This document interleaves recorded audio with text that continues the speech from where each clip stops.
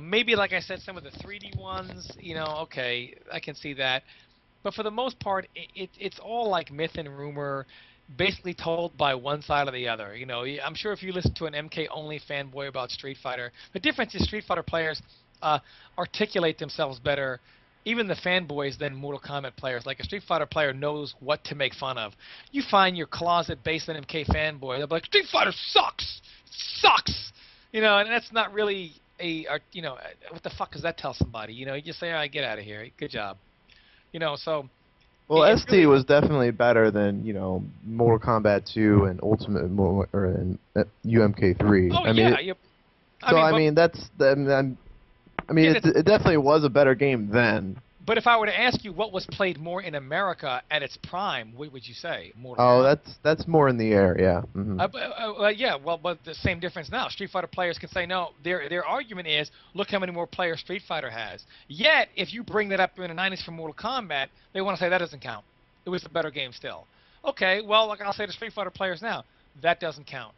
This game is a better game still. I mean, either way, you can use their argument then, or they can use our argument now. I mean, however you want to do it. Either way, it's not like those games were bad, terrible games, unplayable games the way the horror stories of them were. You know, it's just been this argument throughout the history of time over whose game is better, Mortal Kombat or Street Fighter. And I think that's the only. It's almost like Tekken and Soul Calibur. The difference is Tekken players, they're always like Soul Calibur is for people that can't play Tekken Tekken. and Virtue Fighter, more like You it. know, well, you know how Tekken players always make fun of Soul Calibur players a lot. They'll say Soul Calibur is for people that can't play Tekken. I know a Yeah. lot. I know a lot of that happened, even though I don't really agree so much on that statement. But but MK and Street Fighter is the only real rivalry game out there. Everyone talks about how communities have rivalries and in their community it makes it fun. What better rivalry is there besides Mortal Kombat versus Street Fighter? And in my opinion, for Evo to be the biggest fighting game tournament in the world, how can you call yourself that without Mortal Kombat and Street Fighter on the main stage? It For just sure. doesn't seem right in the history of gaming to do so. Not when Especially you when have it's got a good game out. Like yes, MK9 yeah, is good. yeah. So I mean, as long as the game is good, how can you not have that there? Mortal people can say whatever they want about Mortal Kombat. At the major tournaments, it gets the views 11,000, 15,000, 18,000. People don't turn it off when they still want to see it. It's almost like they just have that community hatred, like you brought up, Slips. It's I play Street Fighter, so I hate Mortal Kombat, or I play Mortal Kombat, so I hate Street Fighter. It doesn't matter how good the game is, you're just gonna hate it for no reason. It's like if you're an Eagles fan or Redskins fan, you're gonna hate the Cowboys. It doesn't really matter. You just hate them for no reason. You don't even know them. You hate them. So Now, Tom, you've played pretty much everybody on the tourney scene in MK9. Who would you say your fiercest competition has been? my fiercest competition. I mean, it's so hard to say because some guys I haven't. It's hard for me to say that because it takes credit away from all the good players out there. I never played Slips. 16-bit. I feel like he's good. He's a great player. He's a good competition. I feel like the guys in Detroit. Detroit. I call him Detroit. Damn it, Detroit ball and get off my head. He was in the stream last night when we were talking. Like out in Arizona, you got Morty Seinfeld. You got his brother Jeremy. You got Detroit Ballin.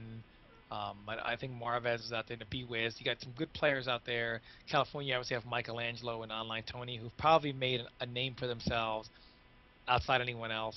But as for the guys I've played personally, the VSM guys for sure, I'd say are super fierce, if not the fiercest. Only because I've played them the absolute most. But again, I'd say the Arizona guys are just as fierce in my opinion. Morty Seinfeld is, Detroit Ballin or such. B-Wiz also his rate. Besides Jop, I can't think of anyone else. Is good. And so I would say my fiercest competition has been PL, the VSM guys, the Arizona guys, and then you got like Michelangelo out there, and of course 16-bit. Those, based on who I've played, those are the guys that are the absolute strict competition. And it's so funny that the strictest competition that I happen to name, 90% of those guys are like my sparring partners. So 16-bit has the biggest smile on his face, I bet. the best with 16-bit, I did love when after he qualified at Devastation, and I didn't know the backstory with 16-bit and Evo, and I see him get on the thing, and he's like, and he has like this look on his face, right? And I was like, what the fuck is going on? He's like, what now, Dr. Dog? And he was like, he's like escalating as he's talking. He's like, I came to your tournament, and I placed in your tournament over your guy. Yeah, that was 2 months of resentment and anger coming out. Every night he would text me about someone talking shit about him in Arizona. Yep. And my favorite 16-bit moment of all time is better than the running into the wall at Evo. It's when he was playing Morty Seinfeld. I think he had put in the losers already, and he's playing Morty in the losers bracket now. And Morty wins the first game, 16-bit wins the second game. Now, after 16-bit wins the second game, he has this delayed reaction. I know it was me and Detroit. We're all sitting around watching the match, and we were standing right next to them, watching it on their screen. And after he wins the second match and ties the set at 1 apiece, and Morty Seinfeld goes to hit rematch, this delayed reaction, as the game is loading up, 16-bit, like 20 minutes later, beats himself on the chest and is like, yeah! And it's like, and we were like, he won the match 20 minutes ago. What is I just get excited. I can't believe I'm good. Like, it still stuns me. And that was funny because it was like so far after the fact. Like it said it, he was like, all right, now I tied it up 1-1. I need to beat this guy. I hate Arizona. And he thought about it 10 minutes later after he had tied the set up. So it was like, it was funny because everybody was silent. Dr. Dog was silent on the stream. Jedi Rob was silent. Everybody around was silent, just watching the loading screen. And in 16-bit's like, yeah! Yeah, that's my 16-bit moment. He's a madman. To be fair, I get along with Arizona right now. I have no problem with that right now. It was only ever Sal and Dr. Dog, and I'm cool with both of them now. Morty is a super, super nice guy. Detroit, those guys are awesome. Oh, And, So what about now? Is it you and Dr. Dog are like still at it, or you and Sal, or are those two guys still tools to you, or what? No, I have no... Dr. Dog was extremely gracious. Like, I came up to him, and he was like, look, what can I say? He shook my hand, and he was like, you delivered. And Sal, we kind of had a, like, fucking really awkward conversation. But we talked later on the internet, and, it's the same thing. He was like, look, you delivered. And Although Morty was cool.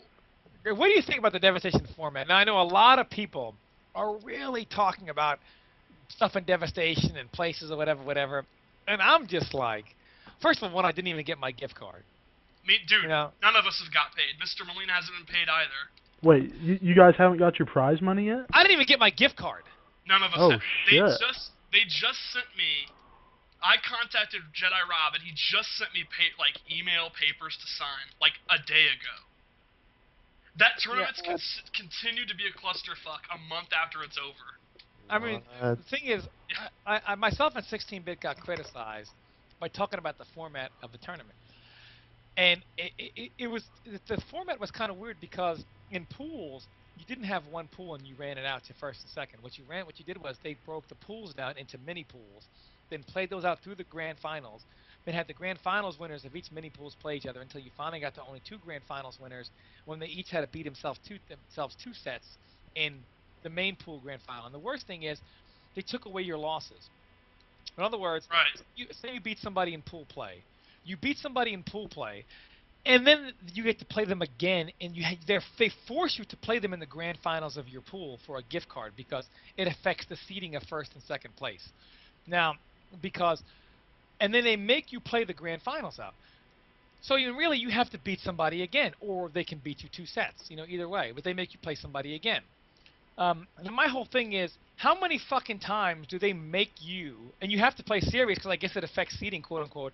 How many chances are they going to give someone to try to learn how to, what if you beat someone and you don't feel like playing them serious again? How many chances do they want to give someone to adapt to you? Normally in a tournament, you don't get 4 chances to adapt to a person. You get your 1 chance, and if you lose, loser's bracket or go home. You don't get a freebie chance. It gave you a freebie, it gave one person a freebie loss. You're already in loser's bracket. Guess what, guy? You get to lose, and it doesn't count at all.